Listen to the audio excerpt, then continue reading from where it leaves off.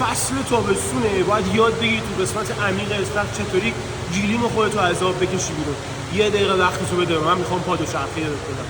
روی صندلی بشینی یا مثل این سکوه، انگشتای خودتو میدی به سمت بالا، به سمت زانو.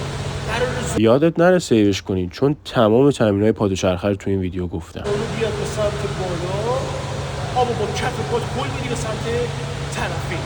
نکته‌ای که خیلی مهمه اینه که زمانی که پا داره میاد به سمت بالا، نیازی نیست مچ پا برگشته باشه و فلکس باشه. این مدلی مچ پا رو آزاد بگیر بیاد بالا، اما داشتی با هل میدی به سمت پایین، حتما با کف پا هل بده. اوکی؟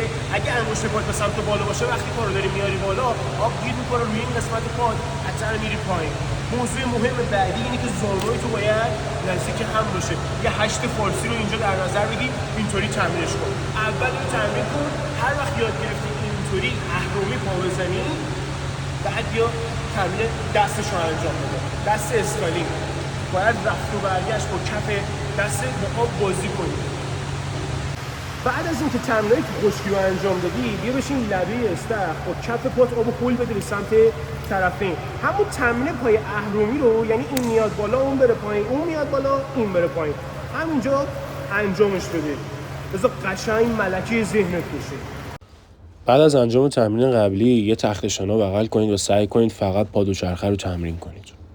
بعد که تمرین کردی، یه دستت اینجا روی لبه استخر، با یه دست سعی می‌کنی دست اسکالینگ رو تمرین بکنی. تنظیم هوا تو پادوچرخه خیلی مهمه بچه‌ها. سعی کنید هی هوا بگیرید، با دهنتون هی نفس بکشید. بعد کم کم آروم اون یکی دستتون هم اضافه کنید، دو دستی اسکالینگ پای دوچرخه.